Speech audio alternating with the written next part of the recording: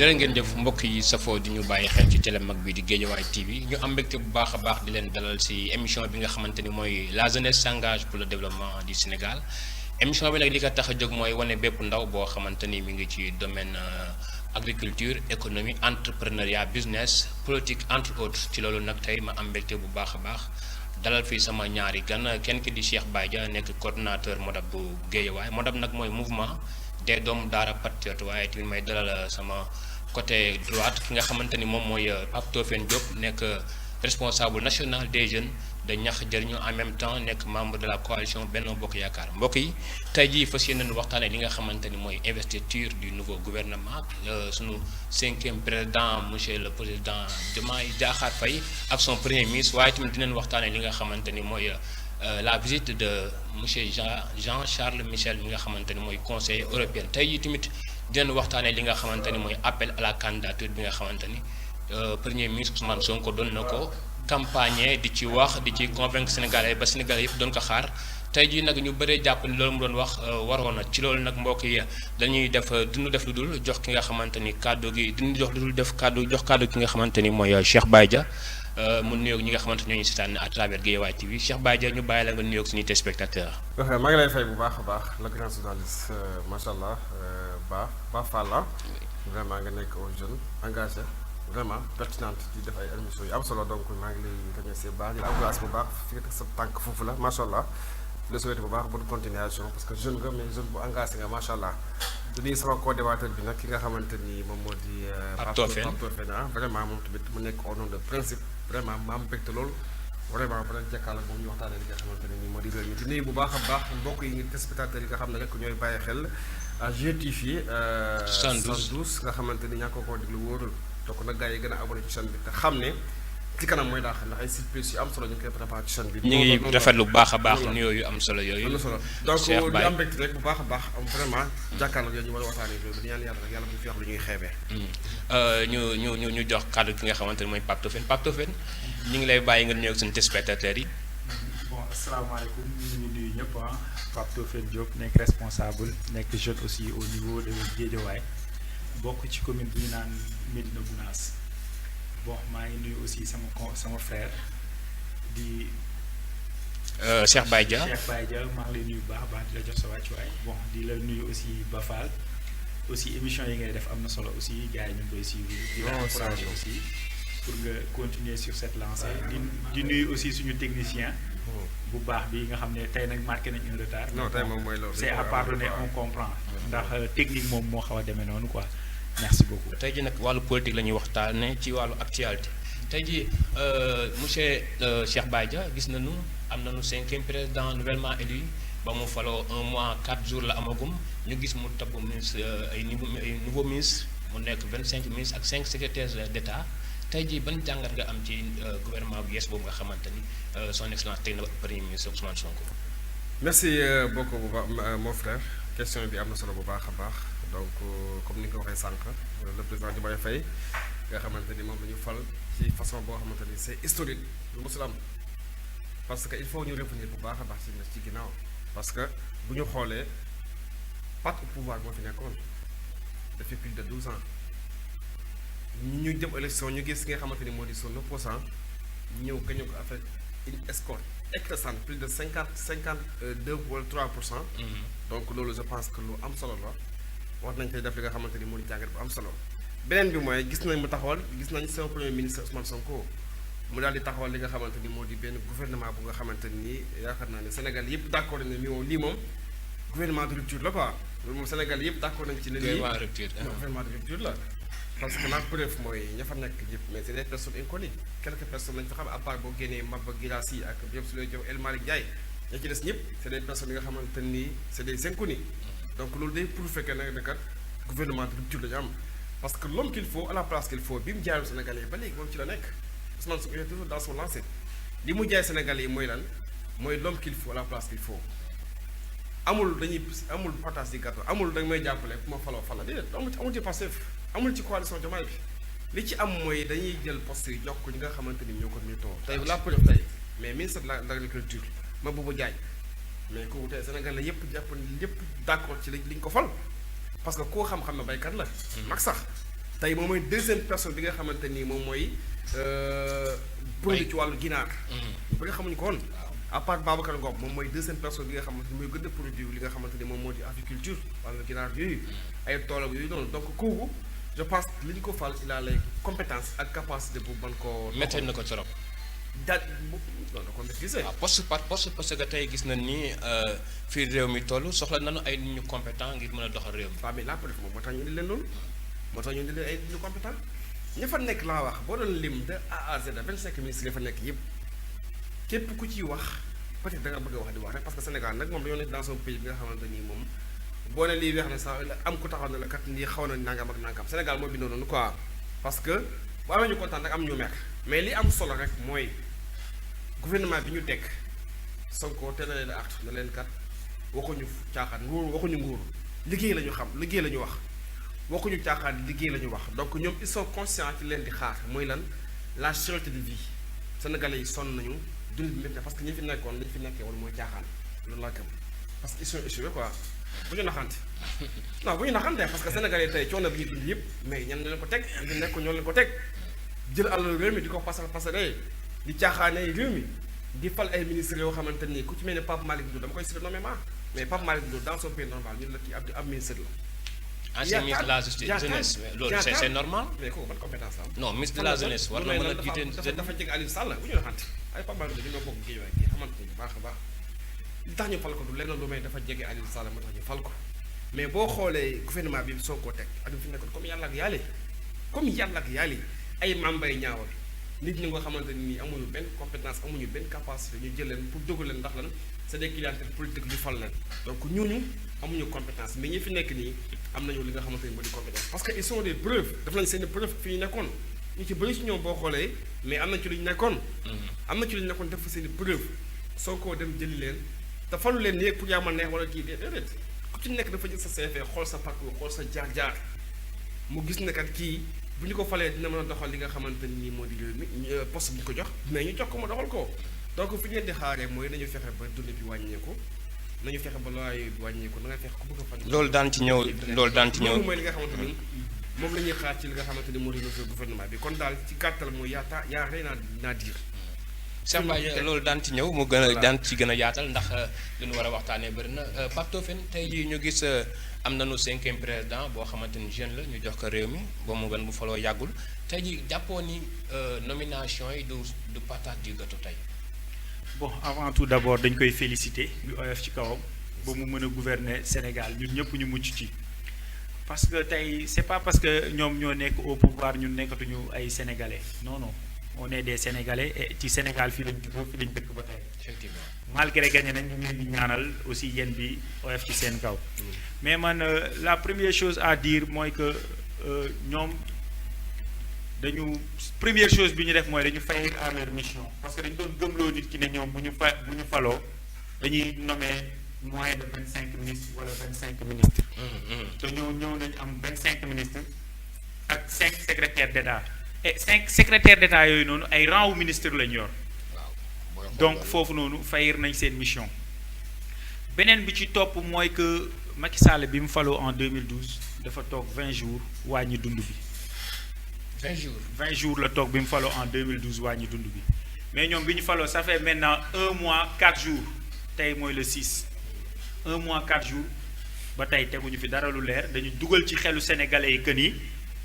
instant bi xam nañ ne ñoom mënuñu fi def wàññi dara ñu dugal ci xelu sénégalais yi ay affaire de diw sàcc na diw of nag topp na ko diw lii diw laa diw la. mais ba pare aussi di dugal ci xelu sénégalais yi di jàngal sénégalais yi ay kaay leen fen muy lan ay lanceur d'alerte mooy que léegi da ngay tabax sax sa kër mu rafet nit toll fële yor téléphone am filmer ne xoolal kër diw bi sàcc na milliards yi dugal ko fi te yàlla xam ne sax des fois kër googu sax du doon.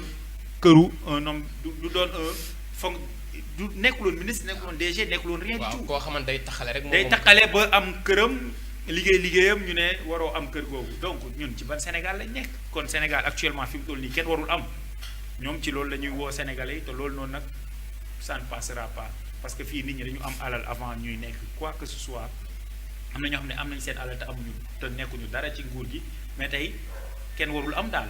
te loolu nag du Sénégal ñun ñoo ko bokk kon nañu rafetal affaire yi ñu ngi leen di ñaanal aussi yéen bi si kaw si seen kaw mais li leen Sénégal fi ñu leen di xaar ñun mooy liñ ñu doon jaay lan lañ ñu doon jaay. le projet le produit bi nga xam ne dañ ko jaay sénégalais yi ba sénégalais yi accepté leen donc produit boobu nañ ko ñëw exploité nit ñi xam. 20 jours la wax. 20 jours la wax moo wàññi dund yéen am ngeen fi un mois 4 jours moom xam naa ne moom c'est un génie moom wala moo raw génie sax. parce que maa xam naka da nga toog ñu def passation de service même pas 20 jours nga wàññi dund bi loolu moom vraiment nekk na lu am solo. mais loolu day fekk boo xamul état. amoo parcours amoo benn expérience ci état. attention ko def man maa yor mais attends non allez-y. sax parce que li mu wax parce que nii xam naa ni touché na la. bi ngay wax dagg ma ne quoi foo nga bàyyi ma wax. ni allez-y. man di nga souffrir nag quoi mais. dégg nga seen xeetu wax yooyu. nga naan ndox di nga souffrir. nga naan ndox quoi ñun dañuy yàgg naan ndox quand même. xam nga loi. waaw yow moom yàgg ngay taxaw ci plateau yu mel nii. xam nga loi Cheikh waaw allez-y. loi boo gis dafa am encadrement quoi loi mënoo xëy rek looy ko ni sans encadrement am na ay préalable yu ñu teg mais tey da nga foog ne tey lancé de la dañu ne voté loi ñu ne ku neex ku neex ku tey damay gis benn baafaal neexuma rek ma dem kii ko mais ak yomb demeewul noonu de mbir boo ko maîtrise wul da nga ciy demee ak ndànk quoi gis nga réew dafa war am lancé d'alerte loolu moom sax da cee war a non lanceur d'alerte mooy yow yaa ngi créé ay fenkat. non déglu rek da ngay déglu kii. lanceur d'alerte loolu nga ko jàppee. waaw loolu laa ko jàppee quoi da ngay créé ay fenkat. mooy ngay anticiper les choses. non mooy anticiper rek alerte mooy anticiper rek. maanaam ku gis loo xam ne jaarul yoon. nga anticiper ko anticiper loolu gis nga nag loolu mooy loi bi quoi. c'est-à-dire objectif bi loolu la quoi finalité bi loolu la ñu soxla xam nga tamit mbir ba fekkee maîtrise wala boog nekkoo ci état mënoo xam la ci biir quoi. yaa ngi dégg mais ñoom ñun ñi nga xamante ne ñoo ci nekk ñun ñoo xam li ci loi bi la ca nekk mooy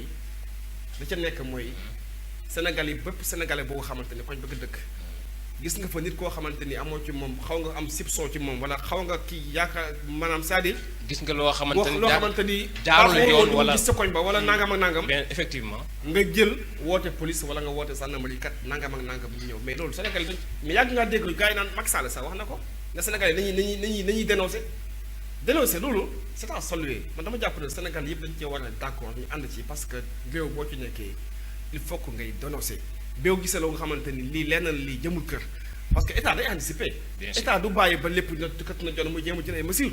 état dafay anticiper ñun dañuy anticiper li nga xamante ni moo lii kii li ñu tax a jóg mooy fexe ba Sénégal yëpp nekk ci jàmm ak salaam nit am ci xel mu dal Sénégalais bépp Sénégalais bu nga xamante yaa ngi ci réew mi nga am jàmm ak salaam comme li fi nekkoon nga xamante ni ku saqat ñu yóbbu ci kaso bi nga xamante ni ñoom leen lañu amal kii mooy ku saqat ñu de convoqué diib nangam ak nangam loolu daf fiy jax ci réew mi une société juste et équitable la ñu woote dont les ressources et les richesses seront partagées équitablement donc loolu la ñu woote quoi. Cheikh léegi tout à l'heure Pape Tofène mi ngi wax ci da ngeen fay seen mission parce que li ñu leen di xaar bëri na mais da ngeen ñëw rek commencé lancer ay programmes yoo xamante ni ay cours des comptes commencé génne ay yoo xamante ni Sénégalais yi soxlawuñ loolu actuellement. Sénégal li ñu gën a soxla mooy dundagu cher gi ni ñuy def ba nga xamante ni ndaw ñi amuñu liggéey ñu wutal leen liggéey loolu noonu ñu ngi siy xaar boobu ba léegi ana projet bi fa ngeen toll. moom il est dans son rôle quoi. je le comprends en tant qu'opposant parce que mënul taxaw fii mënul taxaw fii ñëw ne lépp gong mënu ko wax li mu mën a wax mooy lii doxal nangam dama koy comprendre quoi il est dans son rôle kii grave c'est pas grave quoi loolu on passe mais li am solo mooy dossier yi nga xamante ni génn na bu ñu fàtte ne mais ay cours de contrôle ñoo ko génnee bu ñu naxante quoi te loolu mooy seen rôle ay cours de contrôle yoo xamante ni Macky Sall moo leen fi teg ne bii pour ñun la bii pour ñee la léegi rapport à nekk li question bi Sénégal yi war a posé mooy lan moo boole ko woon rapport yi ba génn waaw mais est-ce que posons ce débat nañu posé débat boobu noonu lan moo tax rapport yi génnul dama jàpp ne man dama bu ñu nekkoon dans son pays sérieux Macky Sall jour bi mu defee passation de service ak Diomaye Faye wutoon lu génn Sénégal loolu may dëgg ndax doon génn Sénégal parce que Macky li mu fi defee mais du woon doon muy génn réew mi non Macky dañ ko war a indi ci réew mi teg ko ci table bi devant la justice mu rendre compte dugg ci kaso ñam kaso comme ñëpp parce que nag réew mi nag dootuñu pour yow Macky Sall kon daf fi bàyyi ay yàqate yoo xamante ni dañ ko war a woo la preuve gis nañu rapport des cours des comptes non da ngay bàyyi ba terminer allez-y mais bu mu yàq dama parole c'est-à-dire les faits sont là ñëpp gis nañ ko c'est du factuel lu ñëpp gis la lu ñëpp teg seen bët ñu gis ay scandale yi nga xamante ni ay nitam ñoo fi nekkoon am fa ay suuf soo xamante ni ay hectares kenn nit jël ko beneen bi mooy ñu gis mu toog fi moom en tant que président de la République ne am na dossier yoo xamante ni maa ngi teg sama maa tool teg sama tontu waaw. mais loolu c'est grave ñun sénégalais yi ñun on veut savoir dañoo bëgg a xam parce que ñun lañ leen jox ñoo leen ko dénk dëgg la. ñun ñu bëgg a xam nga ne kenn doon xam parce que dossier bii maa ngi teg sama tontu dossier bii classé dañ koo classé kii la ko déclassé sécurité d'état nangam ak nangam dama ne loolu kii ko def man bu ñu nekkoon dans son pays sérieux est-ce que ci dans dafa un waroon a pays sérieux jëm mais Macky Sall place am rëbës la quoi. mais déglu ma est-ce que dans un pays sérieux war nañu jël lépp rek tas ka nii ci mbedd mi li nga xamante ni dafa war a nekk secret d'état ñu koy lan mooy secret d'état parce que am na yoo xamante ni du lépp lañu war a alalu askan bi ñu jël ko sàcc ko ñu ne secret d'état la non nañu bàyyi caaxaan bi quoi non wuy ma kii ba faal waaw yow nañu bàyyi caaxaan bi non tegal sa baaraam parce que kii tamit homme d'état ak signalé secret d'état bokkul bu ñu jaawal loolu léegi Pape Tofène ba Fall il faut noo il jàngatee faut aussi noo ñu jàngatee Cheikh Baye. ñëwaat ci débat bi quoi. parce que la première question bi nga woote mooy ñu analyser. l'installation du nouveau bien gouvernement. sûr.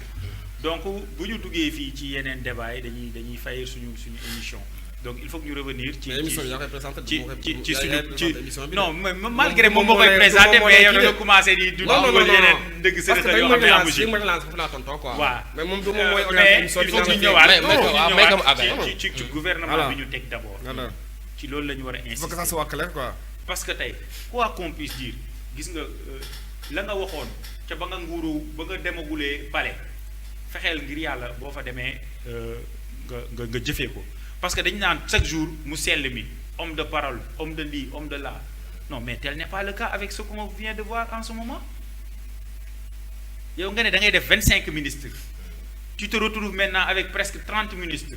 mais boobu ba léegi yaa ngi bambulu jàll. loolu dañ ko tegul fenn boobu ba léegi yaa ngi baax yaa ngi ay sénégalais lañ ci leneen ci quoi dëkk bi lañ dëkk. ay sénégalais lañ ci dëkk bi lañ dëkk dañu bokk ci Sénégal. Foog malgré liy xew ci réew mi faaw ñu koy lijjanti. c'est pas parce qu'on est des opposants non ñun commencé gu ñu opposé wu parce que mënuñu la fal 1 mois 4 jours ñu ne dañuy opposé wu bu ñu opposé woo kon doo liggéey. suñu opposé woo en ce moment nii du liggéey.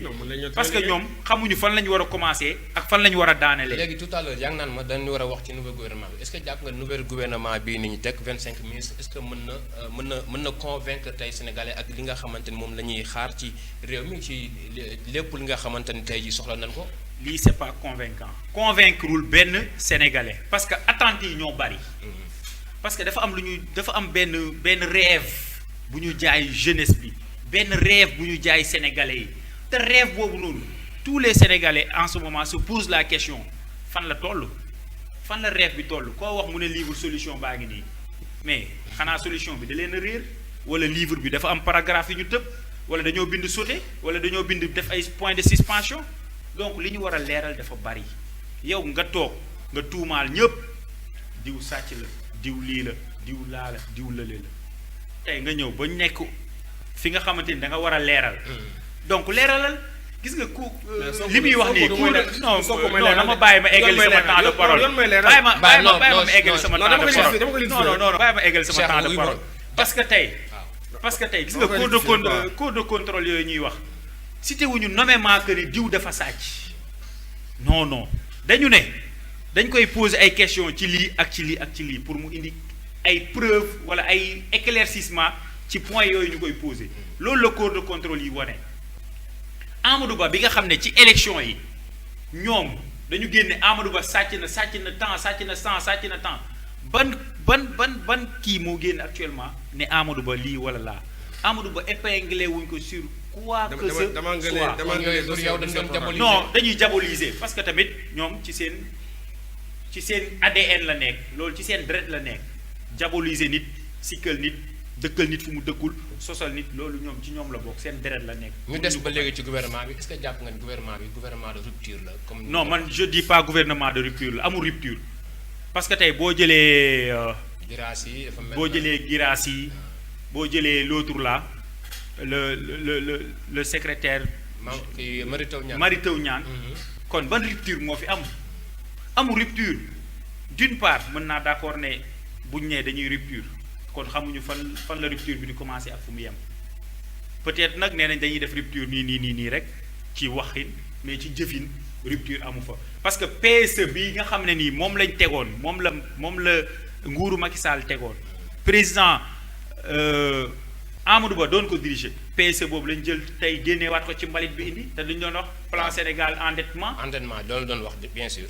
te tey ñoom plan boobu lañ jël pour doxalaat ko kon ñoom ana projet bi ñuy jaay sénégalais yi donc dañu jaay sénégalais yi projet bi nga xamante ne ni ça n'existe même pas amul donc ñoom si seen ADN li fa nekk rek moom la ñuy nekk ñu doxal actuellement kon daal yow dañ doon ñëwut pour réeral askan wi rek. ci réeral askan wi lañ ba jël réew mi te tey toll nañ ci jamono jëf ci réeral askan wi la ñu dëkk te ci jamono jëf lañu dëkk donc niñ jëf nit ñi gis suñu jëfee nit ñi gis ñëpp dañuy apprécier parce que ñun aussi duñu ay noonu Sénégal parce que ay doomu Sénégal la su neexee dañuy nekk Sénégal su naqaree dañuy des Sénégal donc ñoom rupture bi ñuy woote ñu ñëw doxal ko mu neex ñun ñëpp ñu ne ah kon ñii la projet bi ñu doon jaay projet baa ngi nii mais ba tey projet bi amul benn mot bu ñu ci génnee ne lii la projet bi kii projet boo xam ne sax yow budgétiser woo ko projet da nga koy budgétiser waaw te le ministre de l'agriculture bi muy wax nii dañ koy féliciter mais kooku ñan ñoo ko financé woon waa DER ñoo ko financé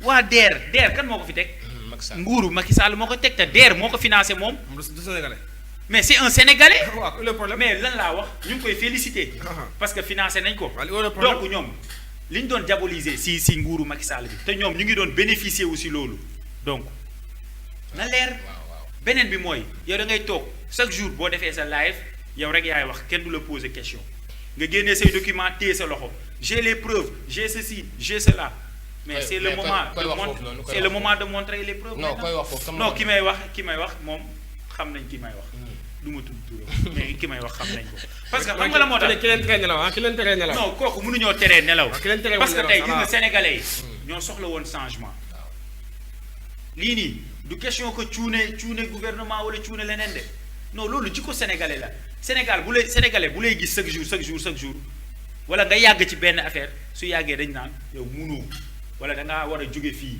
yow da nga ñoo soof da nga ñoo lii mais du ñu xool yow la ngay liggéey mais nag di nga dem à un moment donné ñu ne diw moom de bu ñu xamoon ñu bàyyi ko fi parce que kat liggéey na fi léeg-léeg li pour yow fii ak jamono daanu rëccu li nga xam mooy. non fii ak jamono l'histoire va nous juger histoire dinañu juger waat dinañu jox raison parce que tey histoire nan la ñu joxee raison ñi nga xam ne li ñu doon wax chaque jour di def ay live tey ñu ngi leen di vaar di leen ko génnee laat moo tax man la l'histoire dinañu joxaat raison ci li ñuy wax. ma ñëw Cheikh Baye yow ana seen projet bi. projet bi am na rectification. il faut que ñu wax ci projet bi. non bu ñu gouvernement bu ñu système du ay nit quoi du ay personnes. système doxalin la yaa ngi ñeneen dégg Sonko ba mu koy wax boobu faloogul sax bi mu naan système du ay nit faloogul yàgg na ko wax ne système du ay nit mais système doxalin la. mais système tey Macky Sall ñu ànd ko nag moom tey mais am na principe. nit ñu dëgg ñu jub ñoo xamante ni ñi def liggéey bu am solo su fekkee xamu leen. am nañ droit jox leen confiance. da ma jox confiance parce que ci Sénégal yi ki nga xamante ni amal nañ njëriñ Sénégal yi kooku la ñuy fal ak foo mënta bokk dañ lay fal mais pourquoi pas nga ne waruñoo fal kii parce que moom Macky Sall ñu àndoon au nom de quoi quand on dit sénégalais. mais Mary Teuw Niane ci lan lañ ko jugé ci lan la ci yan mbuxum la bokkul. non frère. non attends Mary Teuw Niane lay wax. xam nga. mais Mary Teuw ci lan la ci yan mbuxum la bokkul. avec ça nga ne xam nga dafa sell dafa set.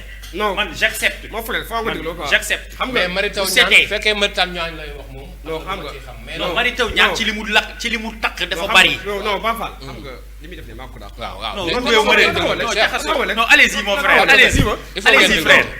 allez-y xam nga tey man frère allez-y waaw bien xam sûr nga tey li muy def nii maa ko daax. non c'est pas une question que maa ko mais xoolal dàq ma ko ruube débat bi du question de ma dàq ruube wala non ñëwuñu fi pour ruube dañuy ñëw pour waxtaan ci très bien ngeen may ma tuuti échanger tuuti quoi. waaw ngeen may ma tuuti tey jii xam nga dañu ne ci émission boo xamante ni dañ fi woo képp koo xamante ni ndaw la nga am sa xam-xam ci réew mi te yaakaar naa développement lañu woote te ndaw ñi war nañ mën a génne seen xalaat loolu nag la ñuy wax débat d'idées boo xamante ni ndaw ñi ñoo ko war a génne tey dama bëgg ñu dégloonte ndànk ku ne wax li nga xamante ne moom moo ne sa xel. sénégalais yi jugé ñu. léegi yow. Cheikh xam nga c'est-à-dire. am na wax ne ko waxtu ànduma ceeg moom quoi. xam nga PSE bii Mbako mais PSE du plan Macky Sall.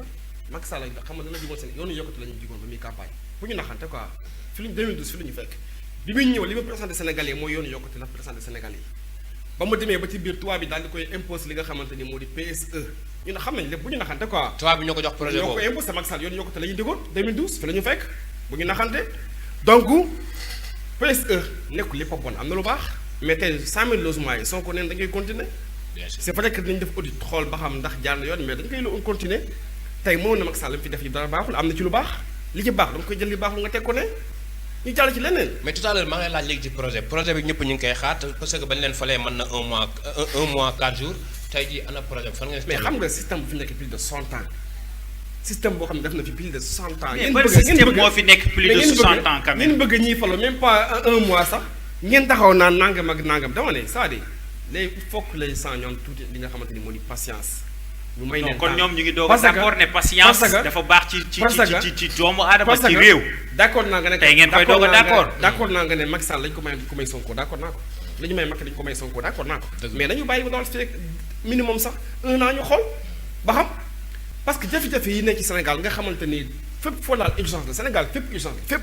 waaw parce que boo mënta laal fépp parce que boo dee xool fan yi passé rek ki nga xamante ne mooy son excellence Bassirou Diomaye Faye demoon na fi nga xamante ne mooy ca Mbour waaw xool foofu noonu loolu tamit dafa mel na tamit nekk na loo il faut que ñu am jox ko solo temps mais Diomaye Faye bu toogee 10 ans Sonko ñëw toogaat 10 ans non bu ñu naxante bu ñëwee toogaat 10 ans mel ni ñun dañu nekk ci boobaa réew ñu moo xool xam ne ndono la quoi boobaa ñu xool ndax waaw dina xaw a parce que wala dictature moo parce que fi am Sénégal li quoi. fi nekk non Sénégal foo teg da ngeen fa war a toog 10 ans ba Diomaye daf mais dañ leen après ñii benn 5 ans bii lañ fi am. xam nga ñun yéen tegagu loolu leer ñii benn xam 5 nga ans bii lañ fi am bëgg ñu non, naan ay mais 10 ans. mais Fadel may ka ma laaj allez-y mon may frère ka je ma laaj m'excuse allez-y. parce que booy wax may ka ma laaj quoi. tegagu leen leer allez-y. nga ni da ngeen fi teg 10 ans après ñu Voilà. Sonko mu teg 10 ans la ngeen fi xam tegul nga ñun leer Sénégalais yi loo mënta wax ñun lañu ànd ak quoi loo mënta wax Sénégalais yi ñun lañu ànd ak mais opposition bi mais nañu génne opposition ma xool ku ñuy génnee nañuy génne opposition ma xool kan moo leen di topp ban Sénégalais moo leen di topp puis élection yi passé fi la ñu fekk de ku ñu fayul xaalis du génn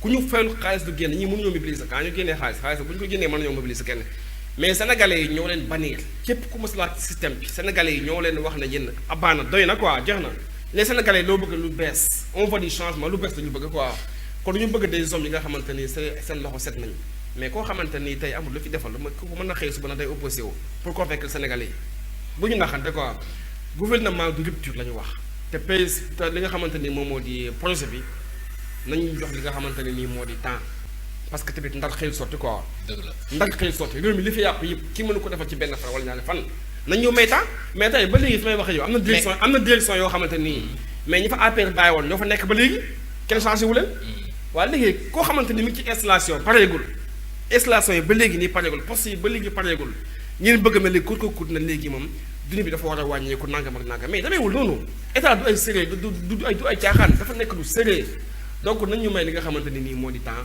te la président Ousmane Sonko ku ko xam na nit la koo xamante ni xamul caaxaan dafay liggéey ba 2 heures du matin lay tëdd waaw kooku soo nom de travail liggéey kan la ministre yi mu ànd ak aussi tamit ay nit ñi li nga xamante ni c'est des travailleurs dañuy liggéey am nañ si ñoom yaakaar donc am nañ ci moom yaakaar te yaakaar boobu nag maa ngi ñaan yàlla bu yaakaar bi tas na Sénégal yëpp nekk autour de ñoom ñu jàppale leen ñu suqali Sénégal te bàyyi wax ji nañu bàyyi wax ji quoi waaw xam nañu nga bàyyi wax ji tey quoi xam nga tey waaw ñun amuñu temps wu wax. am ñu temps wax bien sûr yow nee nga ñun bu ñu demee opposition du ñu génnee nit.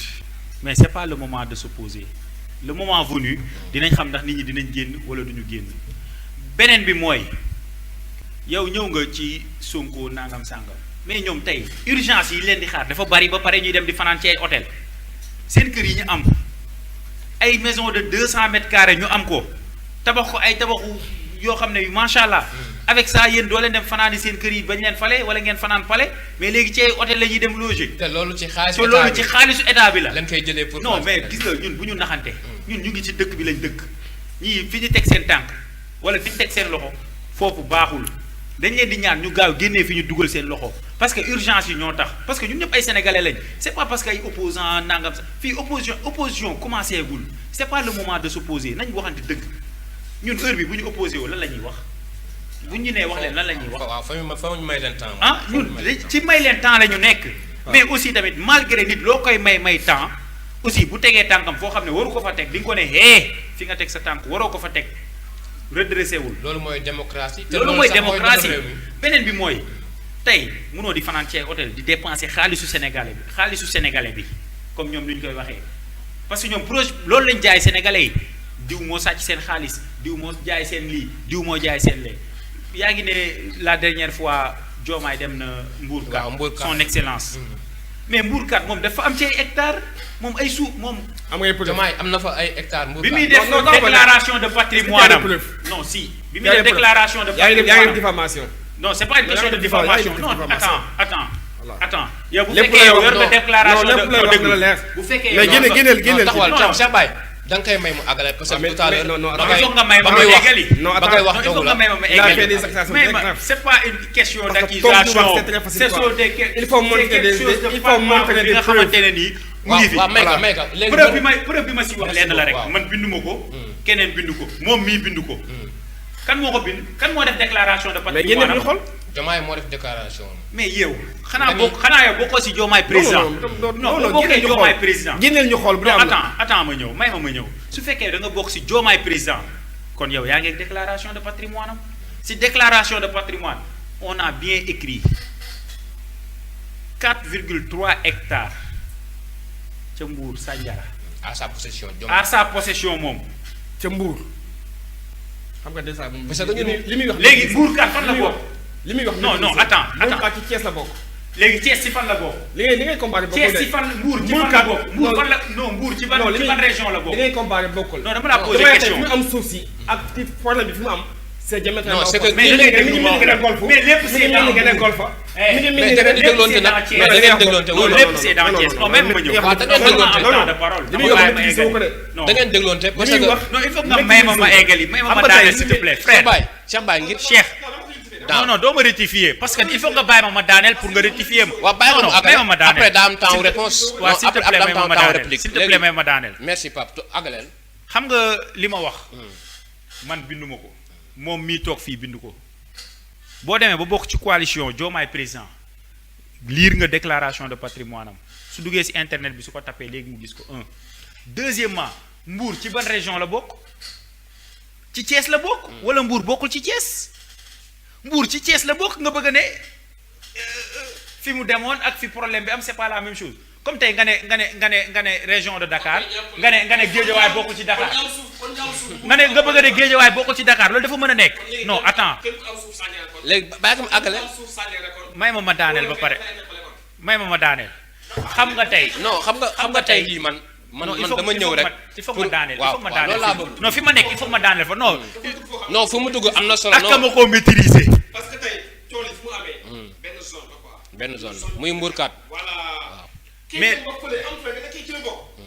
mais dama Mais question nag- bi ma ko posé il faut mu tontu ma ci dama la ne Mbour ci ban région la bokk ci Thiès la bokk Thiès la bokk waaw. léegi après. léegi Mbour kat ci ban région la bokk ci Thiès léegi après. Sandiara fu mu bokk ci Thiès Waaw. Thiadiaye bokk ci Thiès bien sûr ñoo jëm ci Thiès la bokk léegi ban relation la ak léegi Diomaye? moom ñoom lan moo tax moom bi muy def déclaration de patrimoine am di wax ay bien wam ci suuf lan laa war a leeral suuf si Diomaye am fay Sandiara. waaw ak Mbourkat ban léegi soxla am. wax ci wax ci suuf la quoi. léegi yow Sandiara du Mbour kat wala yow dëkkoo si dëkk bi wala yow xamoo bokk fi nga war a situer Sandiara ak Mbourkat xam nga ñaata ñaata kilomètre. kilomètres la yow wax nga la. déedéet benn. benn non waaw léegi may kam continuer après daa mën a il faut nga may ma daaneel may kam d'abord il faut daaneel nga rek may ma daaneel man su lu ma maîtriser wul du ma ko wax man je ne fais pas de la politique politicienne bien sûr comme ni ko ñenn ñi di def ngay wax ni di maîtriser wu ko toog de. di wax loo xamante ni nii waaw amul ci non dara lu non la leer. continuer non li muy xam nga tey maîtriser wu man ko. su ma amul woon ci déclaration su Voilà. ma amul woon su ma dégluwul woon déclaration de patrimoine am gis déclaration de patrimoine am du ma toog fii di ko wax dëgg la yàlla bëgg gis nga Sénégal suuf bu fi jaxasoo waa impôt et domaine ñoo ko jaxase ñan ñooy signé ñan ñooy joxe terrain yi directeur général directeur généraux impôt et domaine yi la ñooy joxe waaw. ñoom kese la kon bu fi suuf labajee ñoom ñoo ko labajee avant ñuy accéder au pouvoir kon ñoom nañ leeral sénégalais yi ñoom seen hectares yi nga xam ne dañ ko defoon ci seen def ko defoon ci déclaration de patrimoine am na ko leeral Fan la ko sénégalais jëlee? te ba tey tontuwu ci yéeyu ci yàbbi litige foncier depuis 1960 à nos jours mu ngi am waaw ci Sénégal moom te lan mooy loolu indi bëri na labaj fi boobu labaj boobu li koy indi dara lu dul waa impôt et domaine waaw waaw foofu man mënuma signé benn terrain yow mii di Cheikh yow mënoo signé benn terrain mais ñoom ñooy signé terrain yi diw mooy ne fee ne sama maam am na fii suuf sama suufu maam la léegi dañoo bëgg ngeen ñëw ñu def ñu daggateel ñu daggate ko mais directeur bu sa signature ne foofu da ngay am ci terrain yi non gis nga gars yi bu ñu bëlëfe sénégalais yi nañu wax ci urgence yi moo gën a am solo que ñu naan ay diw am na terrain fee am na suuf fee amul fu loolu te moo war a nekk ñoom ci seen programme. moo war a nekk dernière des choses li ñu war a lijjanti li ñu war a njëkk a lijjanti actuellement mooy lan dund bu cher bi location bi ak urgence yi nga xam ne feebar faju comme ni ñu ko jaayee sénégalais. loolu la ñu war a loolu lañ ci urgence yooyu la ñu war a toll ci urgence yooyu la ñu war a wax aussi seen hôtel yi ñuy fanaan ñu génn fa parce que xaalisu sénégalais yi lañ koy fayee. bien sûr. loolu xam nga léegi Cheikh xam nga non dama ko rectifier quoi. waaw rectifier xam nga tey. mënoon a tey man nag dama bëgg ngeen dégloonte. mënoon tey nga ne Sandiara. ci région de Thiès la bokk. kon léegi zone bi nga xamante ni moom la ñu wax ne zone bi c'est zone bu ñu classé quoi. kenn mënu ko fa dëkk. léegi ñi fa am suuf Diomaye am ba Sandiara. léegi nga ne. bu nee ba Sandiara day mel ni Sandiara daa génn Sénégal. nga ne léegi Sandiara kon léegi képp ku am suuf Sandiara kon affaire bi daf la concerné kon. loolu la. te affaire étape par étape la. dafa bokk zone yi ñoo bokkul sax. zone yi ñoo bokkul étape par étape mbul kat benn zone la quoi ay hectare la benn zone ñu ne zone bii kat kenn amul droit dëkk fi Diomaye Dièye dem dëkk fii nii nga ne kii moom dafa concerné quoi loolu. dëkkul foofu de dafa am 4 hectares li ngay wax. dafa am 4. non Sandiara nga wax. non déglul. Sandiara nga wax. déglul waaw léegi daal mbul kat. amuñu benn liaison ñaar. dañu war a avancer. voilà nañu avancer ñu dem ci beneen point. foofu moom baaxul quoi. non si frère. xam naa damay bañ ñu monopoliser. ki la jox information bi dafa la kii quoi. voilà je viens pas ici pour chercher des informations ailleurs. léegi on avance. vous comprenez man ñëw ma fii pour nit di ma jox information. dina jox information bi parce que man lu ma maîtriser wul du ma ci débat. waaw léegi baax na léegi yow. dañuy bàyyi débat boobu noonu nga xamante ni tey jii société de nag lu bëree ci sénégalais ku ne mu ngi ciy wax di ci joxe aveem muy li nga xamante ni mooy li Diomaye defoon son excellence le président de la république dem fi nga xamante ni mooy Mbourkat ñu bëre nag am na ñoo xam rafetlu na ñoo xam ñaawlu na mais yow Cheikh Baye tey jii gis nañ si gouvernement bees bi ki leen seet si muy Charles Michel. tey jii lu ne yàq ngeen ko fi ndax ñëwoon na Sénégal benn yoon temps ñëwati fi jamono ki nga xamante ni mooy président de la République Macky Sall tey nag mu ñëw yéen pour lu tax ngeen dalal ko ak est-ce que war ngeen ko dalal ndax yéen doon ngeen wax naan Sénégal Macky Sall day recevoir fii ay borom ñaar tur yi entre autres la moo tax ngeen dalal non bul ne loolu yàq ngeen ko fi kan moo wax ne wala ko war a recevoir non dañ ni Sénégal commencé non kan ñan ngay wax ñan non yéen ñoo taxaw ne wala ko recevoir yéen a nekkoon di wax yéen waa kii yéen waa non xam nga bu ñu c'est-à-dire am na loo xamante ni bu la ci Sénégal yi dugal quoi loolu c'est des manipulateurs ñoo koy wax Charles li fi indi ñëpp xam nañ ko fii kon Sénégal ñi ko xam nañ ko mooy lan ci wàllu jëflante ci wàllu réew ak réew parce que bu ñu fàtte ni FMI la bokk Fonds monétaire international te Sénégal ci nekkul pays bu extraordinaire wala pays bu spécial ci àdduna bi la bokk faaw dafay jëflante yeneen réew yi donc loolu dama jàpp ne man amul benn liaison ak la personne de Charles ñun yitteeluñu quoi yitteeluñu la xamuñu yitteeluñu li ñuy yitteel mooy dañuy jëflante moo ñu yitteel quoi donc man dama jàpp ne débat boobu sax nekkul débat bu sérieux quoi parce que faux débat la quoi bu ñu naxante faux débat la. non parce que ñoom je pense que ñoom ils sont mal placés quoi pour lu wax ci wàllu boobu nangam ak nangam. mais lan ils sont mal placés quoi lan moo tax nga ñoom ils sont mal placés. ils sont mal placés. pourquoi. mais tey ci seen nguur ñoom yow bu ñu fi benn loi pour daal criminaliser góor jigéen ñu bañ ne du jàll. député yi ñoo ko voté ñoo bañ ne loi bi du jàll. ñu koo xamante ni dafa bañ ne loi góor jigéen kenn ko criminaliser. ñoom ñoo jël loi boobu. ñun waa ànd sàmm jukki man ci laa bokk ànd sàmm jukki yi. bien sûr ci laa bokk ñun ñoo jël suñu kii kilifa diine yëpp signé ko ma mën cee nommé à l'occurrence sëñ Mountakha Mbacké kilifa diine yëpp daal da koy signé ñoo bëgg fi nga xamante ni moo di assemblée député Benno Bokk Yaakaar yi ne duñ ko voté. pour ñu criminaliser li nga ñu xam bañ mooy ne loi duñ ko góor voté jigéen. waaw tey li ces gens là ñooy taxaw fii bëgg ñoo gëmloo naan ñu wóoru ko woon a dalal ak nangam ak nangam dama ne bu ñu ndaxante quoi nañu bàyyi sénégalais yi ñuy manipuler te xam ne sénégalais di ñooy dof ay xel lañu am di xalaat comme yéen Charles xaw ma Charles la xaw ma. Charles Michel xaw ma lan. di ko fi indi ñëpp xam nañ ko nañu wax ci le vrai débat te bàyyi wër-wërloo bi quoi xam nga Sénégal dañuy gis dañuy fooy dëgg quoi. mais Sénégal dañuy fooy dëgg. mais wuy ma dafa mel na ki nga xamante ni mooy Mame Makhtar Gueye mi ne Jamra aussi génn def point de presse pour ñaawlo li nga xamante ni mooy ñëwin boobu di wax sax di artu Diomaye naan ko mu def attention ci yooyu. waaw ça loolu moom la concerné Mame Makhtar Gueye Jamra loolu moom la concerné quoi ñu loolu ça ne nous concerne pas quoi. il est dans son rôle en tant que lanceur d'alerte te nangam ak nangam dama koy nangul waaye li am solo rek moom mooy Diomaye Faye xam na fi mu jëm te xam na li Sénégal yi bëgg ca ma nga ca xelaatul mu naan li Macky Sall waxoon da ko fii wax naan ay xaw ma pareeguñu xaw ma lan. pareeguñu xaw ma lan. ba pare dem ci tubaab bi naan de toute façon góor jigéen moom nous savons des homosexuels c'est nous ñëpp di ko dégg nous savons des homosexuels la wax ba pare de toute façon ñoom moom bu fekkee dinañ fa am problème duñu am problème état bi mais grand population bi kon kooku moom je pense que képp ku ànd ak moom t'es mal placé pour ñu diir naan Diomaye Faye warutoon dalal ci yeeg nangam ak nangam ak nangam donc loolu mais Ousmane Sonko bi loi bi pour ñu criminaliser góor jigéen mooy dafa ko signé dafa signé loi bi pour ñu criminaliser li nga xamante ni en tant que député. daf ko signé lan moo tax signé wuñu ko ñoom. seen député benn bokk yaakaar yi député yëpp. non attends seen député yëpp. parce que loi boobu député benn bokk yaakaar yëpp ñoom ñëpp. parce que majorité bi ñoo ko yor bu ñu bëggoon loi bi jàll day jàll. Cheikh Baye mais non damay terminer. bu ñu bëggoon loi bi jàll mais dafay jàll mais loi bi bu mu ñëwee dañu ko jël lem ba mu jekk ñu sànni ko ne teg ko ne waaw Ousmane Sonko mi nekkagul président nekkagul ministre nekk li may ni simple député rek ñëw daal di voté li nga xamante nii moo di pour criminaliser góor jigéen waaw kooku war nañoo am di xel ñaar sax naan kii war na dalal kii war na koo dalal ah donc nañu bàyyi jaaxaan bi quoi loolu am na solo léegi nañu bàyyi jaaxaan yow tey am nga jàngat booy def ci fi nga xamante ni mooy. xam nga tey ci ñëwam bi ci Sénégal. nit boo koy jiiñ benn affaire terme bi tur bi laa bëggul non moo bi ma bëgg a utiliser laa bëggul a wax quoi. xam nga ñoom dañuy bi ñu nekkee ci beneen côté bi dañ doon tuumaalaate di wax lu ñaaw di sosalaate loolu seen ADN la boobu moo tax nag ñoom ñu yaakaar ne ñoom ni ñu meloon ba ñuy opposé wu ñun opposition boobu la ñuy ñëwee moo tax ñu yaakaar ne ñun dañ fiy am temps. nekk fii naan diw lii diw laa moo defoon lii moo defoon laa non. dàggasante yooyu moom vous n'avez pas ce temps. temps dàggasante lan amul benn. mais noo gisee ñëwu Charles Michel fii Sénégal. ñëwu Charles Michel man duma ci wax bu sori l'essentiel en est que comme ni ko sénégalais yëpp waxee c'était pas le moment mu dalal ko même bu koy dalal aussi bu mu ko médiatiser. te moom la njëkk dalal ci. c'était pas le moment. mais c'était pas le moment non bàyyil ma ñëw rek. dañ ko yónni de.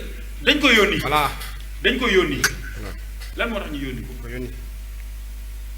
parce que li ñu ko yónni loolu lañ ko sant. non. am na lu mu fi lan la fi doon wut si loolu laa laaj li mu fi ut si am na beneen problème am bu mu fi lijjantiwaale. non loolu laa lay laaj ci ñoom liñ koy ci tur bi ñu koy woowee. comme lan ci tur bi ñu naan def moom da cee bokk. loolu laa bëgg nga leeral ma parce que dama laaj yow ñëwu Charles Michel tey noo ko jàngatee. voilà Mame Matar Gueye mi nga wax noonu ci rôle am la nekk xam nga la moo tax parce que moom ku fi def lu ñaaw wala nga génn wax fii lu ñaaw moom day génn wax. day génn dal sa kaw lépp. mais pourquoi ñoom mënuñu koo d'accordal génn wax bi mu wax. déggoo ma la nangu naa ko li mu wax. déggoo ñoom mënuñu ko d'accordal. déggoo ma la il est dans son rôle. dans son d'alerte. voilà waaw loolu nga wax. non mais Mame Matar il n'est pas un lanceur d'alerte. lan la kon lanceur d'alerte mooy ñi nga xam ne yéen a leen bëgg a créer ñu nekk ay fenkat ci dëkk bi ku tabax sa kër wala nga yor sa oto bu rafet. Mame Matar Gueye bu dul lanceur d'alerte kon lan la kon. Mame Matar Gueye la moo ko def lanceur d'alerte. lan la kon. la moo ko def lanceur d'alerte. en tout cas société civile la bokk bu gisee loo xamante ni war na ci wax. ci li muy wax. yow frère kon war frère nga il faut ñu déglu woon non il faut ñu déglu parce que bu ne Mame Matar Gueye Jamra du lanceur d'alerte mu gis ci réew mi la nga xamante ni. Mame Matar Gueye da ko dégg xëy na xaw na ñàkk fayda. xaw na mais Mame Matar Gueye da ko dégg ci wax yu ñàkk fayda. mais lanceur d'alerte yooyu dañoo ñàkk fayda. Mame Matar Gueye mosoo ko dégg ci wax yu ñàkk fayda. non le débat ça c'est pas si Mame Matar Gueye. Cheikh pardon xamal laa bëgg nga wax ma yow sa gis-gis ci ki nga xamante ni mooy Charles Michel ci ñoom fii Sénégal. loo ko jàngatee yow waruñu ko woon dalal si palais bi. te ngeen def ko yéen. waruñu ko fa woon te ngeen def ko mais yéen. Macky Sall defoon na parce ko. que xam nga la moo tax waruñu ko fa woon dalal. c'est pas le moment deuxièmement li may wax la rek gis nga gars yi il faut ñu ñëw sur les urgences bañ a tourner def xelu sénégalais yi. mais li mu fa doon wut si ñëpp xam nañu ko dafa ñu woon pour xool rectifier yenn convention yoo xam ne Sénégal am na ak amul rectifier dafa ñëwaat pour ñu signé waat ay convention doxal. waaw rectifier maanaam mooy signé kon kay bu la parlement Sénégal soxlawul. non mais ñoom lan lañ fi doon wax. voilà on n'a pas besoin des pays européens pour développer notre Sénégal. effectivement. mais pour quelle raison. effectivement kon yéen lan ngeen di uti FMI effectivement. lan ngeen di uti FMI. mais xam nga wax da nga koy dégg. non boo nee bugguma soxlawuma. alalu bugguma fi ay tubaab. amul benn réew doxal réew. li mu la bëgg wax doxal sama réew. li mu la bëgg wax mooy réew. boo mën a gis doomu réew ma ñoo koy non il faut aussi nga may ma daaneel une minute quoi. parce que temps bi li ñu desee aussi si temps bi bëriwul quoi. surtout loolu. allez temps bi du des bëreetul. may ko mu daaneel une minute rek. xam nga moom c'est un frère. allez xam nga malgré débat bi nii c'est un frère quoi. Bien sûr. donc lépp lu ñuy def aussi bu ñu ci sénégalais yi xeeb quoi. dëgg la Allez, ñu waxtaan ñu allez-y. def ko ci yar ak maa ngi egsi, surtout loolu sax moom mooy concept émission bi. ñun xam nga ay jeunes la. débat d'idées. waaw débat d'idées mais lañu débat woote nag faaw ñu xaw a kii. waaw non mënu see ñàkk quoi j'accepte ça. c'est bon mais pour léegi waaw man bu ñu attardé wu ci affaire genre voilà du débat bu sérieux quoi. bu ñu attardé wu ci affaire Jean Michel. du parce débat que aussi ñëw na ba dem peut-être li ñu fi doon ut na ko fii dem na bu ñu waxee ça ne sert à rien bu ñu waxul ça ne sert à rien mais on a le droit ñu ne suñu waruñu ko fi woon dara. c'est normal. waaw man sénégalais bu ne am na droit wax gis-gisam ci réew mi. mais nag Sénégal léegi dañu dem ba moment boo xamante nii man su ma waxee ànduma ak ñoom rek ñu saaga xas sos inventé ñëw teg. te loolu doxalu réew. loolu doxalu réew ñun ay jeunes lañu. dañu war a déggoo di waxtaan. non man sax gis nga ñun ay jeunes lañu bu ñu attardé wu si yenn futilité yi gis nga ñun dañoo war a liggéey am parce que réew mi suba ñun ñoo koy dox. ñun ñoo koy yor man ci benn côté Diomaye jeunes yi mu promouvoir dama ko siy félicité ci ko si encouragé. parce que loolu noonu ñun ay jeunes lañu te aussi day wane ni réew mi jeunes yi ci lañ bokk am nañ xam-xam d'accord naa ci côté boobu. mais sa façon de faire mu des beneen bi mooy il faut que aussi ñun jeunes yi ñu conscientiser waat suñu bopp delloosi waat suñu xel xam ne Sénégal ñun ñoo ko bokk. man ak Cheikh bu ñu xeexee fii tey. sa façon de faire tout à l'heure yaa ngi wax maanaam yaa ngi gis ni. non sa façon de faire si commence des naka maîtriser moo tax temps yi ñu doon génn pour def ay yenn genre. ok parce que tey formation pour yenn ministères mbuur bi mu demoon noonu. loolu du urgence.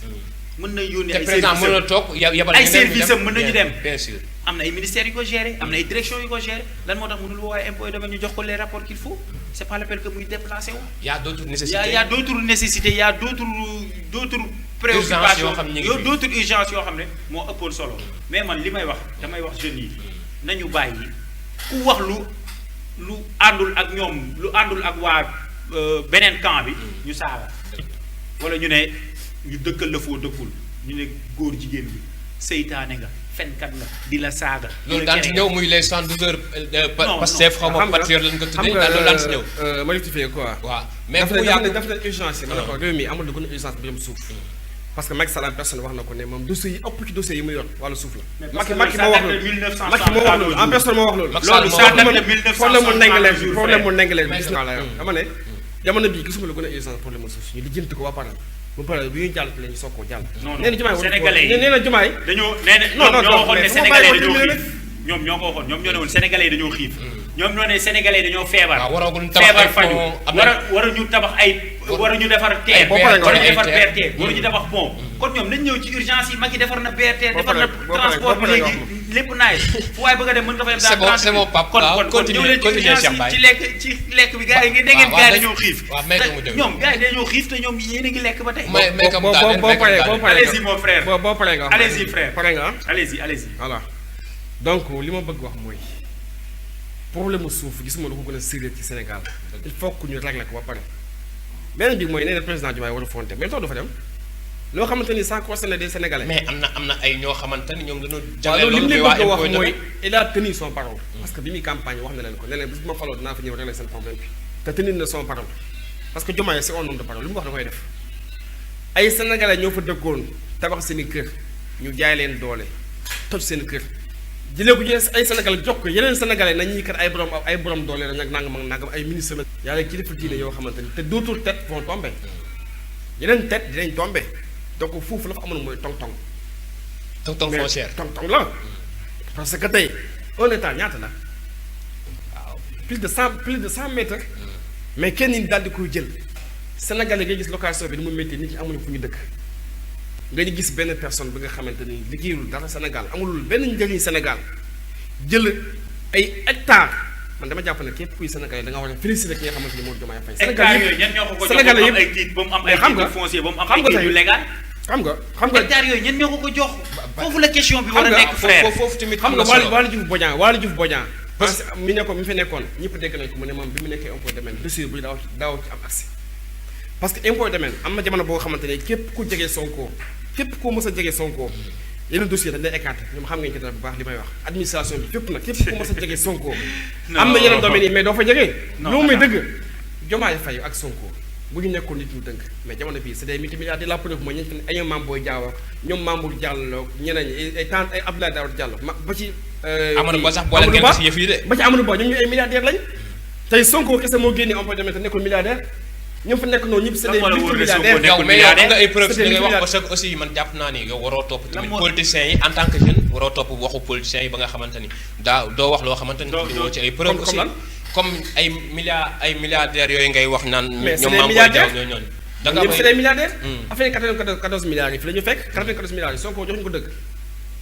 joxuñu ko dëgg ne ko li ngay wax dëgg la bu ñu naxante quoi léegi bu ñu naxante dama ne ñun duñu waxantu Ousmane Sonko du waxantu lépp lu mu wax ba ne lii lu am la rek bu ñu ko xoolee ba ci biir waxam ca lu mu quoi dama bëgg a xam lan moo tax muy taw muy naaj boo ko waxee di nga fa gis li mu wax te li mu waxoon yëpp tey histoire jox na ko parce que la preuve mooy dossier dossier Mame Mbaye Niang lan la waxoon ne dossier lu wax woon na laalu si taxaw rapport amul rapport amul temps yi passé lan la waxaat ne rapport am na bu ñu nax Mame Mbaye Niang baax na Cheikh Baye effectivement Cheikh Baye yàggul même pas kii boo demee les vidéos sont là demal ci YouTube bi boo demee di ko gis Cheikh Baye jërëjëf kontaan naa ci loolu dossier OFNAC bi mais rapport OFNAC bi da cee génn mais dossier Prodac bi Cheikh Baye da nga may jàppale tamit émission bi tamit da ngay xam temps la da nga may jàppale moom temps de problème mu ëpp sama temps waaw non mu ëpp temps de problème parce que da koy bàyyi mu wax mu def la ba doyal non man samay argument non man li may wax même pas kii nga ñëw danga ma loolu allez-y on passe yéen ñaar ñëpp may jàppale yéen ñaar ñëpp may jàppale comme xam ngeen ko dañ émission boo xam ci développement lay waxtaane te ndaw ñi am nañu seen kàddu ci réew mi foofu ñu woo leen ñu waxtaan ak yéen moo tax saa su ne ñi am mbégte di leen dalal gis na ni nag émission bi am na solo loolu waaye duñu sori te waxuñu li nga xamante ni mooy appel à la candidature li nga xamante ni Sonko doon na ko wax ci ba muy def campagne tey ñu gis mu mel ne yooyu ay rêve la woon mais dafa mujj doon loo xamante ni tey ay naxee mbaay la mujj doon yow Cheikh Baye Dia ban jàngat nga am ci li nga xamante ne mooy li Sonko waxoon ba muy campagne ak tey yi li nga gis. li ma ciy wax leen la rek dama ciy tontu bu gàtt rek. comme temps bi li ñu dese bëriwul moom aussi buy ñëwee mu tontu ci tontu bu gàtt. li ma ciy tontu rek leen la man nee naa la ñii dañ doon jaay nit ñi projet boo xam ne projet bi amul moo tax ñu ne woon dañuy def appel à la candidature te ñoom xam nañ ne ñoom ñi leen wër amuñu ay kàngam. ñi leen wër ñi leen wër amuñu ay kàngam tey bu ñu defoon appel à la candidature du ñu gérer benn direction bu ñu defoon appel à la candidature benn direction duñ ko gérer parce que amuñu xam-xam bu ñu amoon duñu gérer benn direction moo tax bañ demee ba ci biir xam ne ñoom ñi ñu àndal amuñu xam-xam moo tax ñu jël appel à la candidature teg ko ci suuf wax ma ban appel à la candidature lañ def tabb ñu leen ne dañoo tabb non li ñu doon teree Macky wala li ñu doon teree gouvernement yi fi jóge ñoom moom lañ def tey boo xoolee ñu ngi naan fal na ay nijaayam tey ñaata ministre ñoo jógee dans le sud. est-ce que amul ay appel à la ñaata ministre lañ nommé dans le sud. est-ce que mais ñu bàyyi yeneen région yi amuñu ministre. waaw ñeeri ay ministre de la République. duñu ay Casamance bokkul ci Sénégal. waxuma la Casamance bokkul. est-ce que duñu ay ministre de la République mais gis nga dans chaque région. léegi Sénégal kese du Casamance. mais lépp ci boobu la ñuy kaas ñun. mais lan moo tax tey waa lépp li ñuy wax moom la ñuy kaas nekk ci lan moo tax waa MFDC génn lan moo tax waa MFDC génn di leen menacer. naan leen li ngeen ñu waxoon kon ñoom am na pacte bu ñu signé ak waa MFDC loolu war nañu ci leeral mais leeraluguñ ko. bon pour ne pas monopoliser la parole comme li ñu tee dese si temps d'antenne bi bëriwul man daal li ma ci mën a wax mooy leen bu ñu woote woon appel à la candidature sur les ci direction yi ñu wax du ñu gérer benn direction. sur les postes stratégiques. sur les directions stratégiques yi ñu wax du ñu gérer benn direction parce que ñoom ñi leen wër amuñu xam-xam parce que ñàkk xam-xam moo tax ba tey décollé guñu. loolu xam naa Cheikh Baye am na lu mu ci bëgg. mais nag tontu bu gàtt temps bi jeex na quoi. Cheikh Baye non yaa mi wax li may tontu parce que débat bi du yaa koy bàyyi ko mu wax rek parce que tamit non yaay animé débat mais pas moom. bien sûr c'est pas lui dama di naan waaw li ma bëgg wax mooy moom bu waxee loolu dafa xamul Pastef suñu slogan mooy don de soi mooy slogan bi d'abord mooy joxe sa bopp ndax sa réew ba ngay ñëw ci Pastef demandé woon benn poste. ñoom joxewuñu seen bopp ndax seen réew parce que tey biñ fi nekkee di taal dëkk bi ñoom ñëpp dañoo daw wàqi bi ñu leen di wër pour jàppale ñoom ñëpp dañoo daw wàqi ñii génn réew mi dem donc lan mooy don de soi bi allez-y war nga waxtaan ci vraiment bëggu moon débat bi demee nii quoi parce que franchement jàpp naa ne dafay nekk débat bu équilibre mais da nga xaw a kii quoi mais non c'est-à-dire faa nga wute cadre ko quoi bu muy wax c'est bon léegi. voilà bu may wax bu ma dagg jàppale bàyyi kam wax parce que moom it am na temps de parole boo xamante ni war na ku xam doomu daara xam na lu ci ñun la fekk baax. li muy wax nii ma wax li muy def nii ma ko daal. mais dama bëgg Sénégalais yi ñuy si naan am lu ñu ciy jàngee quoi. dëgg la yaa ngi dégg c'est très intéressant. Pastef boo ci dëggu li ñu lay wax mooy doon na suwaax xaraloo ci dara da nga ñëw pour liggéeyal sa réew yaa ngi dégg mais tey ministère yi ñuy fal tey mais génneel ma ci 5 yoo xamante ni 25 la génneel ma ci 5 yu bokk Pastef boo ko génnee. waaw ñu si bëri nag xamuñu ñu leen ci kenn xamu leen c'est des inconnus kenn xamu leen. ñaareel bi nee na lu tax faluñu région bi nangam ñu rupture la ñu woote amul kii daf ñoo jàppale moom dañ bu ñu faloo dañ koy fal déedéet ministère de la république la ñu wax ministère de la république ki dëkk Casamance ak ki dëkk Thiès ak ki dëkk yëpp Sénégal la ñuy représenté ministère de l'agriculture bi dëkk Thiès dafa concerné Touba dafa concerné Kaolack dafa concerné fépp la concerné parce que un ministère de la république la ñu wax mais au nom de quoi ñu ne dañoo war a fal Kaolack dañoo war a fal fii mais au nom de quoi kanaa waxuñu un ministère de la république kanaa waxuñu un ministère de la république bu ñu naxante quoi nañu bàyyi manipulation bi ñu nekkee yaa ngi dégg lii am ba am mooy lan mooy jël nañu l'homme qu'il faut à la place qu'il faut privilégié ay jeunes nit ñi nga xamante ni fa ñu nekkoon def nañu fa ay preuve ñu fal leen beneen bi mooy Pastef encore une fois dama koy waxaat ña fa nekk poste mu bàyyiwu leen fa parce que ñoom loolu la ñu xam ñoom partage de gâteau loolu la ñu xam tong damay jël kii ñu fal ko nangam ak nangam ay compte ay ministre auprès des ministres ministre auprès des ministres gis nañ ko ci ñoom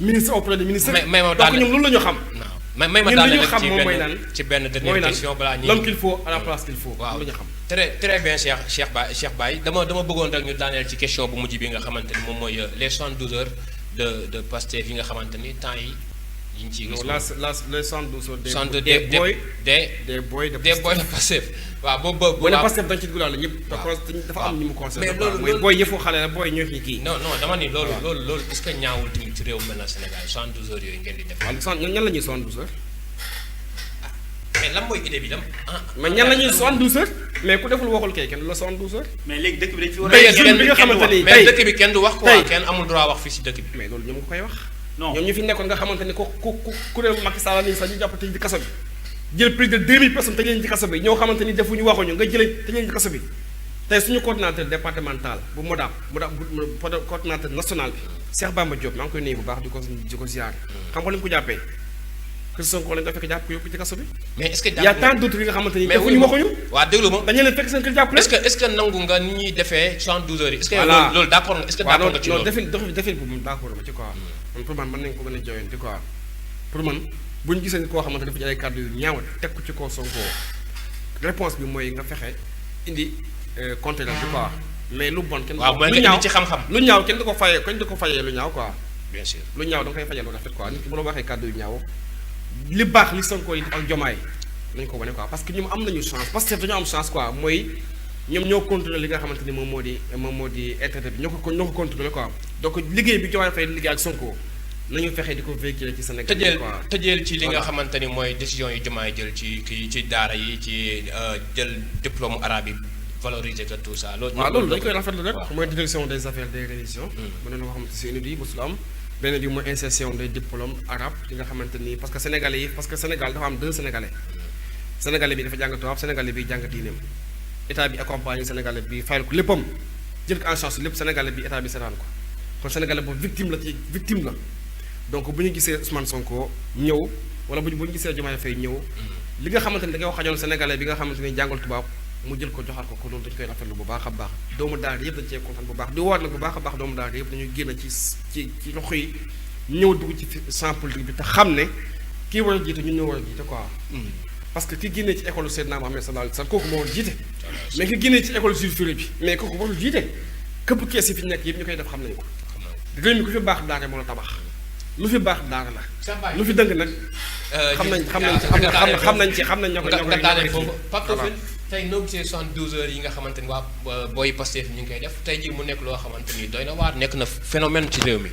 bon nekk na phénomène bu ñaaw nekk na phénomène bu salté aussi parce que ñun ñëpp ñoo bokk Sénégal kenn ëppale wu fi kenn parce que tey gis nga liberté d'expression dafa am gis nga Macky Sall toog na fi ne bu fekkoon man damay topp lu ñu may wax chaque jour kon dina metti mais defu ko mais tey ñoom ku génn wax ne Diomaye lii Diomaye ni muy waxee baaxul Diomaye ni muy doxee baaxul.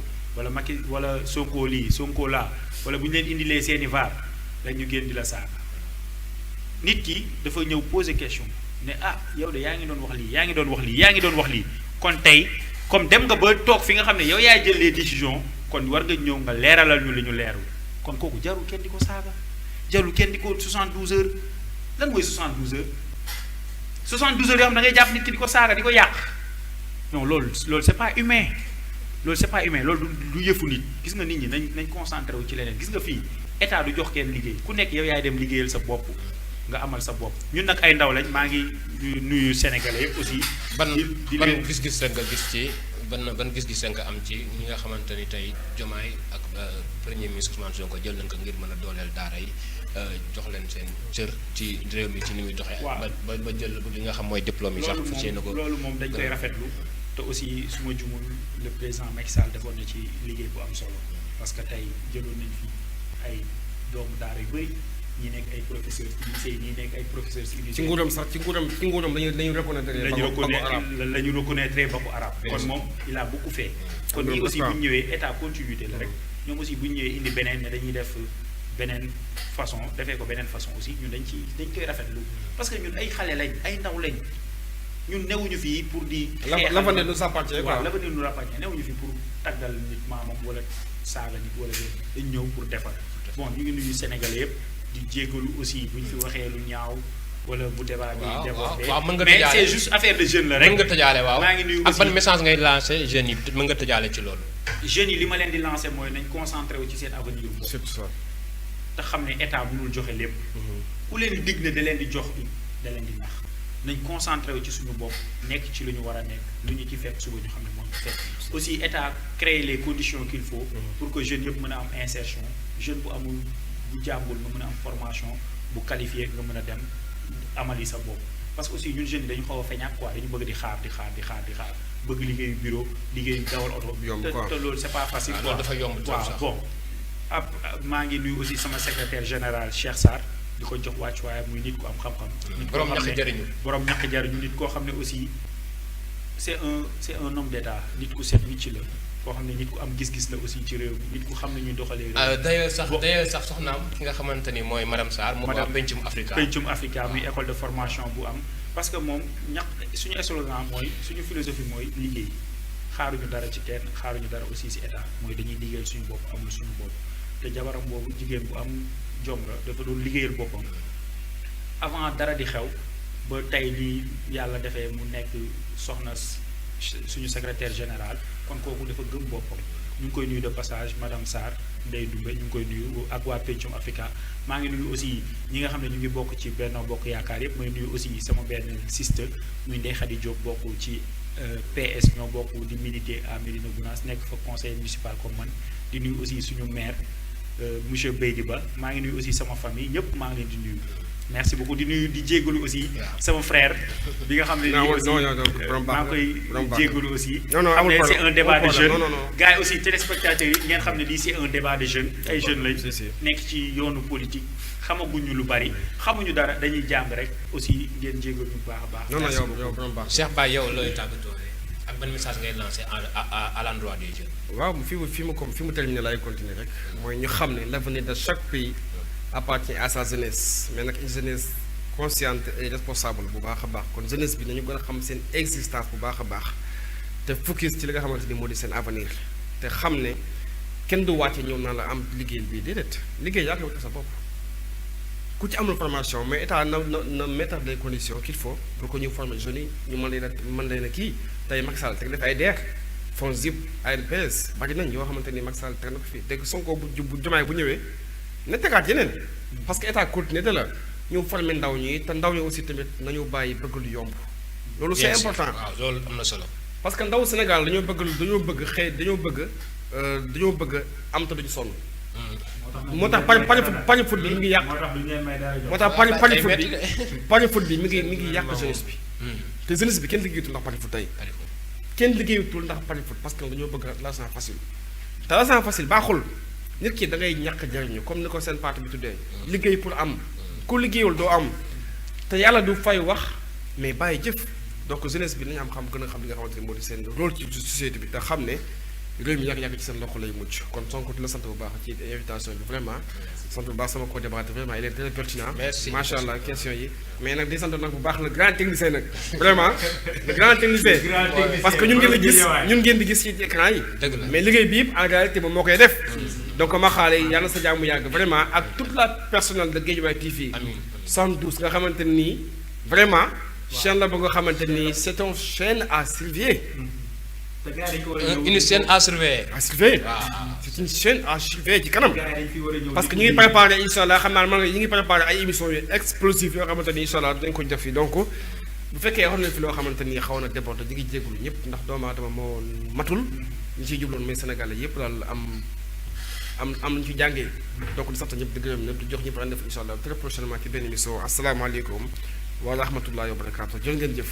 mbokk yi comme ni ngeen ko xamee tey jii moo nekkoon seen émission bi nga xamante ni moom mooy dalal fii ndaw ñu tuddee que la jeunesse s'engage pour le développement du Sénégal tey jii ñu dalaloon ki nga xamante ni mooy Cheikh Baye Dia nekk coordonnateur bu MODAP fii ci Guédiawaye MODAP nag mooy mouvement des doomu daara patriote gis ngeen lu mu wax nu mu amee solo maanaam jàngat bi nga xamante ni tey jii jàngat na ko ci réew mi ak ci jeunesse bi loolu am na solo ñuy bëggeewaat bu baax a baax di jaajëfalaat bu baax a baax ki nga xamante ni mooy Pape Tofène Diop ci disponibilité am moom mu nga xamante ni mi ngi bokk ci ñax jëriñu nekk fa responsable des jeunes au niveau national waaye tamit mu bokk ci bureau politique bi nga xamante ni wala coalition bi nga xamante ni mooy Benno Bokk Yaakaar mu nekk nit ko disponible koo xamante ni nit ku baax la tey jii mbokk yi émission bi ñi ngi ci àndaloon muy suñuy partenaire waa Pencum Africa ñi nga xamante ni ñoom seen lépp dañ ko jël ngir mën a jox nit ñi liggéey jàppale ndaw ñi former leen xale yu jigéen ñi nga xamante ni ñoo fi nekkoon ñi bàyyi école wala ñu am ay jafe-jafe ñu jël leen recadré waa leen former leen ci domaine bi nga xamante ni mooy restauration ñeen ci coiffure ñeneen ci couture mu nekk lu am solo maa ngi siyaare baax a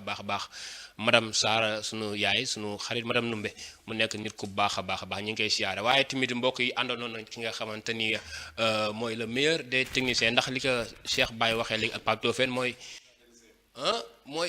maxaali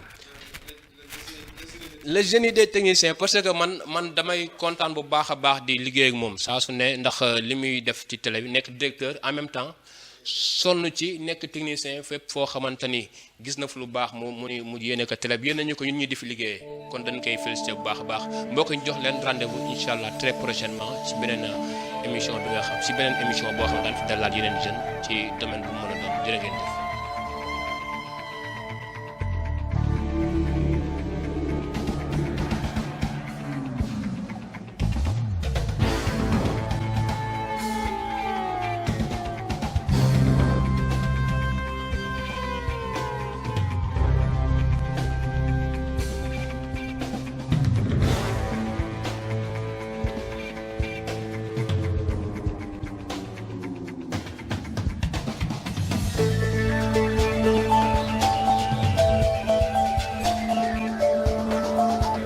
Thank you.